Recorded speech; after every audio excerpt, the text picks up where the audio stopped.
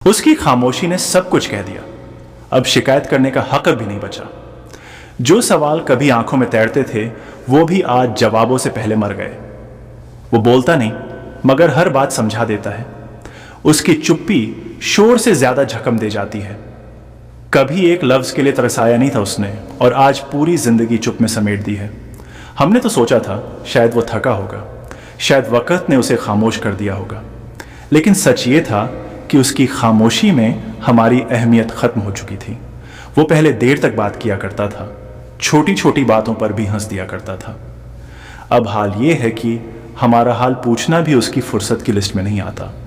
उसकी खामोशी ने यह बता दिया कि अब हम जरूरी नहीं रहे, वरना जैसे कभी हमारी एक आह भी परेशान कर देती थी, वो आज हमारे टूट जाने से भी बेपरवाह है। कभी जो कहता था तुम्हारे बिना कुछ अधूरा है, आज वही अधूरापन उसे पूरा लगने लगा है। शायद उसने हमें छोड़ना नहीं कहा, बस अपनी खामोशी से धीरे धीरे निकाल दिया जिंदगी से। हम शिकायत भी क्या करें, वो लड़े ही नहीं, झगड़े ही नहीं, बस चुप हो गए। और जब कोई चुप हो जाता है ना, तो सामने वाला हर बहस हार जाता है। हमने कई बार चाहा पूछ लें क्या अब प्यार नहीं रहा, मगर उसकी आंखों का ठहराव हमारे हर सवाल से पहले हमें चुप करा देता था। उसकी खामोशी ने हमें सिखाया कि हर छोड़ना शोर से नहीं होता। कुछ रिश्ते धीरे धीरे सांस लेना बंद कर देते हैं बिना किसी आवाज के।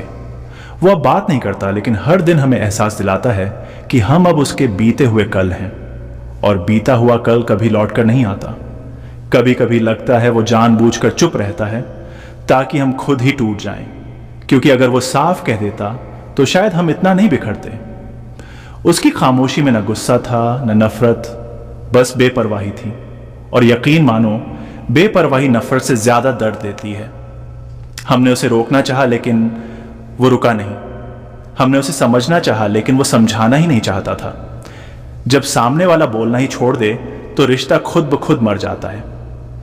अब हाल ये है कि हम हर बात खुद से कहते हैं और खुद ही जवाब दे देते हैं, क्योंकि जिसे सुनना था वो अब खामोश है।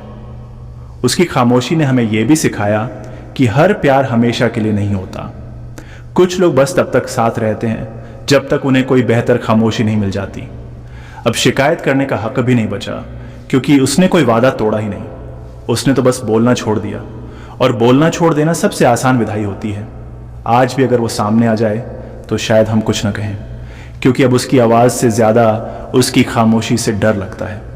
हमने मान लिया है कि उसकी चुप्पी ही उसका फैसला है, और फैसलों पर शिकायत नहीं की जाती, बस स्वीकार किया जाता है। उसकी खामोशी ने सब कुछ कह दिया कि अब हम उसकी कहानी का हिस्सा नहीं। और जब कोई आपको अपनी कहानी से निकाल दे तो आप सिर्फ एक याद बनकर रह जाते हैं।